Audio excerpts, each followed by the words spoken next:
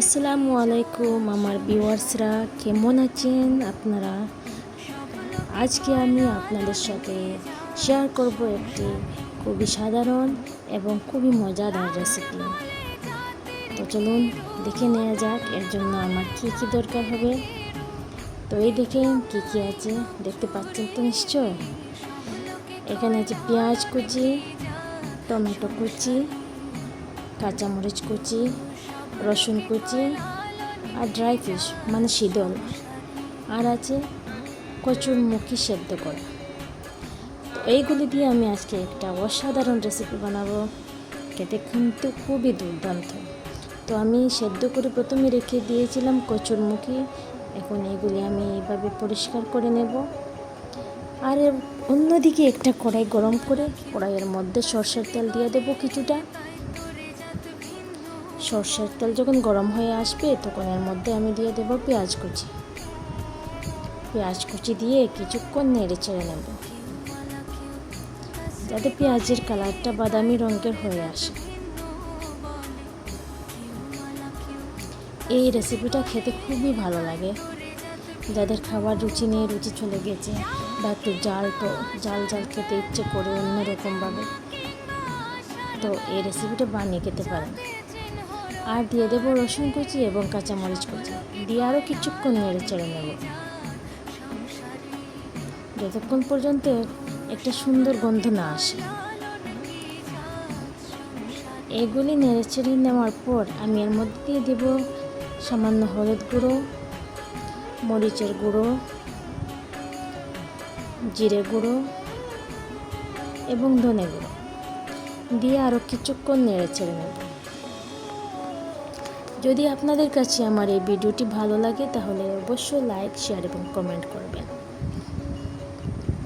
আর দিয়ে দিলাম 1 চামচ লবণ দিয়ে নেড়ে চেড়ে নিয়ে আমি দিয়ে দিলাম টমেটো কুচি দিয়ে কিছুক্ষণ নেড়ে চেড়ে নেব। সবসময় একই রকম খেয়ে আমাদের মুখের রুচিটা চলে যায়, তো ভাবলাম আজকে একটু অন্যরকম কিছু ট্রাই করি। তো দেখতে পাচ্ছেন আমি একটা নতুন রেসিপি নিয়ে এলাম আপনাদের কাছে। এগুলি নেড়ে চেড়ে নিয়ে এর মধ্যে আমি দিয়ে দেব শীতল প্রায় সবার ঘরেই থাকে, আপনারা চাইলে বানিয়ে খেতে পারেন। খুবই ভালো একটা রেসিপি, মুখের স্বাদ বদলানোর জন্য তো অনেক অসাধারণ। এখন আমি এটা ডেকে দেব।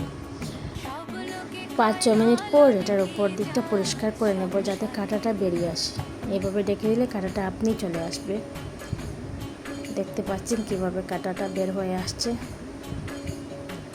এই দেখুন। শীতল দিয়ে অনেকে অনেক রকমভাবে জিনিস বানায়, কেউ ভর্তা, কেউ চাটনি।